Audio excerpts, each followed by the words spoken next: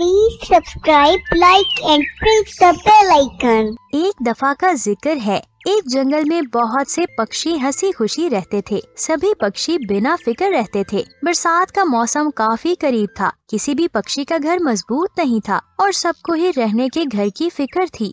अरे बरसात का मौसम करीब आ रहा है और किसी भी पक्षी का घर मजबूत नहीं है। बाकियों का तो पता नहीं, मेरा अपना घर भी मजबूत नहीं है। पता नहीं इस बार बारिश तेज होगी या हल्की होगी। चलो जाकर सब पक्षियों से पूछ लेता हूँ कि वो कब अपना घर बना रहे हैं। तोता उड़ता हुआ सभी पक्षियों के पास जाता है और सबको ये मसला बताता है कि हमारे पास घर नहीं है और ये भी पता नहीं है कि इस बार बारिश हल्की होगी या तेज। हाँ, इसीलिए मेरे पास एक उपाय है। चलो हम बादलों के पास जाकर उनसे पूछते हैं कि इस बार बारिश हल्की होगी या तेज। अरे हाँ, तुम बिल्कुल ठीक कह रहे हो। फिर सब पक्षी उड़कर बादल के पास जाते हैं। अरे बादल भैया, हमें आपसे बहुत जरूरी काम है। अरे हाँ, जल्दी बोलो, तुम्हें मुझसे क्या काम है? हमें आपसे ज्यादा काम नहीं है, बस यही पूछना है कि हमारे यहाँ इस बार जंगल में बारिश ज्यादा होगी या फिर कम होगी।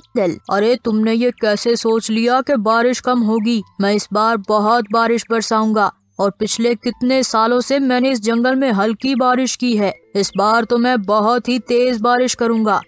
ये सुनकर सब पक्षी बहुत परेशान होते हैं और जाकर एक दरख्त पर बैठ जाते हैं। तोता, अरे भाइयों, बादल ने तो कहा है कि इस बार बहुत तेज बारिश होगी। अरे हाँ, अब हम क्या करेंगे? अरे भाइयों, मेरे पास एक और उपाय है। हम ये काम करते हैं कि मैना के पास जाते हैं, वो हमें घर बनाना सिखा देगी। अरे पर बुलबुल तो इस जंगल में सबसे मजबूत घर बनाती है, हम उससे घर बनाना सीखते हैं। वो हमें मैना से भी अच्छा घर बनाना सिखाएगी। अरे अरे सब्र करो, हम बुलबुल के पास भी जाएंगे और मैना के पास भी जाएंगे, फिर देखेंगे कि दोनों में से कौन अच्छा घर बनाता है। अरे हाँ तोते भाई, आप ठीक कह रहे हो। और सब पक्षी उड़कर मैना के पास जाते हैं। अरे आप सब पक्षी यहाँ पर, बोलिए बोलिए क्या काम है? अरे मैना जी, हम आपसे घर बनाना सीखने आए हैं क्योंकि आप बहुत अच्छा और मजबूत घर बनाती हो। अरे हाँ, मैं मजबूत घर बनाती हूँ, लेकिन बुलबुल मुझसे ज्यादा मजबूत घर बनाती है।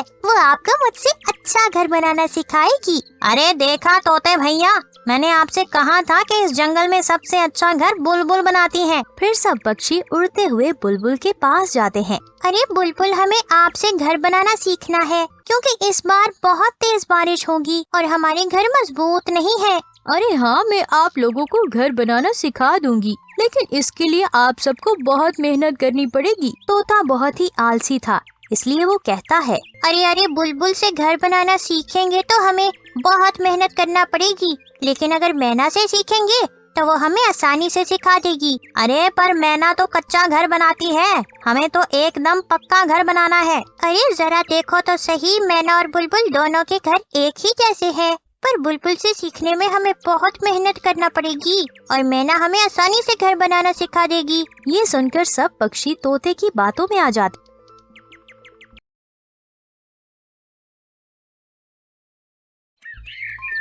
Please subscribe, like and press the bell icon. एक जंगल में एक मियाँ मिट्ठू तोता रहता था। वो अपने घोंसले में बैठा आराम कर रहा था। थोड़ी ही देर में वहाँ पर सोनू चिड़िया आती है और मियाँ मिट्ठू तोते से कहती है, मियाँ मिट्ठू भाई कैसे हैं आप? मैं तो ठीक हूँ। चिड़िया बहन, तुम कैसी हो? मैं ठीक नहीं हूँ क्योंकि मैं बहुत परेशान हूँ। अरे क्यों परेशान हो चिड़िया बहन? तोता भैया, हमारे जंगल में खाने को कुछ भी नहीं है। वहाँ पर बहुत कम गंदम के दाने हैं। हमें थोड़े से ज्यादा गंदम के दाने चाहिए ताकि हम अपने जंगल में फसल उगा सकें।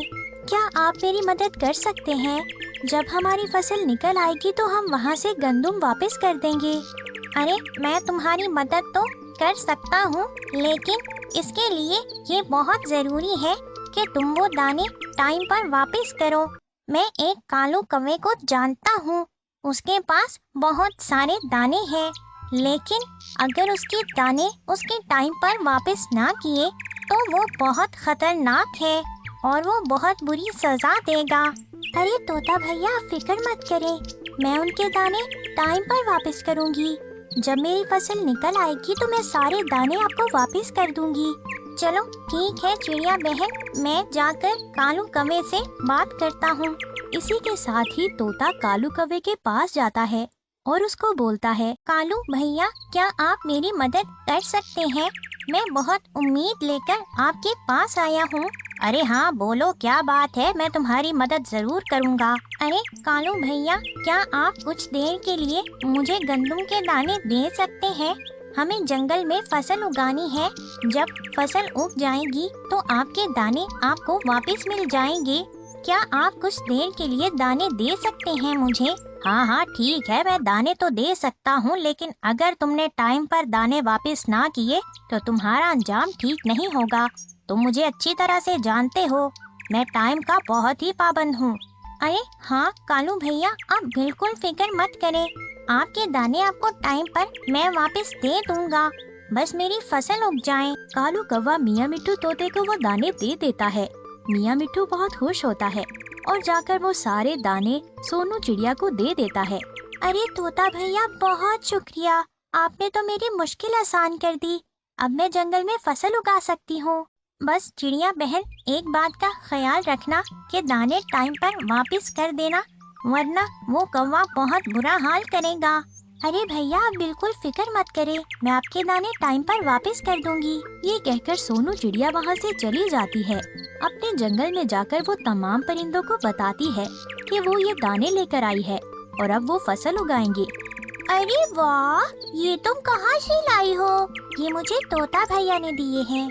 ये कहकर सोनू चिड़िया जंगल में चली जाती है और जाकर बारी बारी सारे दाने जमीन में बो देती है।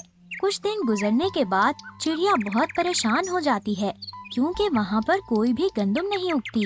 लगता है काफी देर से यहाँ पर बारिश नहीं हुई, इसी वजह से गंदम नहीं उग रही।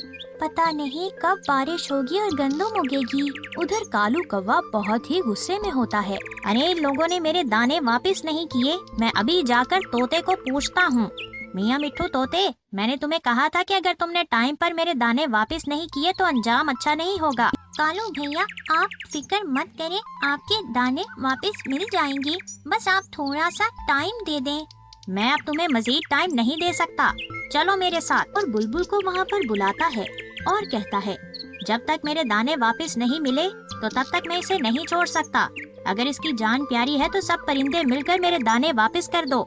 बुलबुल जल्दी से सोनू चिड़िया के पास जाती है और बताती है, अरे अरे अरे सोनू चिड़िया, तोता भैया को कालू कौवे ने पकड़ लिया है और उसको बांध दिया है। उसने कहा है कि वो उसको तब तक नहीं छोड़ेगा जब तक दाने नहीं मिलेंगे। अरे ये तो बहुत गलत बात है, ऐसा क्यों किया कालू कौवे ने? और अभी तो बारिश भी नहीं हो रही, अब हम क्या करें? फिर सोनू चिड़िया सोचती है कि क्यों ना बादल के पास जाया जाए और उसे कहा जाए कि बारिश कर दो। सोनू चिड़िया और बुलबुल बादल के पास जाते हैं। बादल भैया, मैं बहुत परेशान हूँ, मुझे आपकी मदद चाहिए। हमारे जंगल में बहुत देर से बारिश नहीं हुई है और वहाँ पर गंदम भी नहीं उग रही है, जिसकी वजह से मेरे तोता भैया को कालू कौवे ने पकड़ लिया है। आप मेरे साथ चलें और जंगल में जाकर बारिश कर दें। आपका बहुत शुक्रिया। ठीक है, मैं तुम्हारी मदद कर देता हूँ।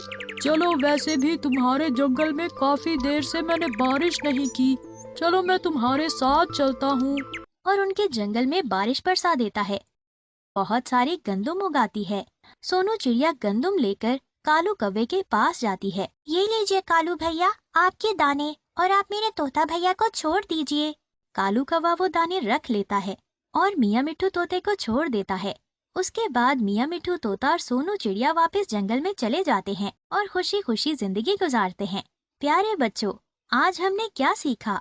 एक दूसरे की मदद करने से हम सारी मुश्किलें आसान कर सकते हैं, तो हमें एक दूसरे की मदद करनी चाहिए।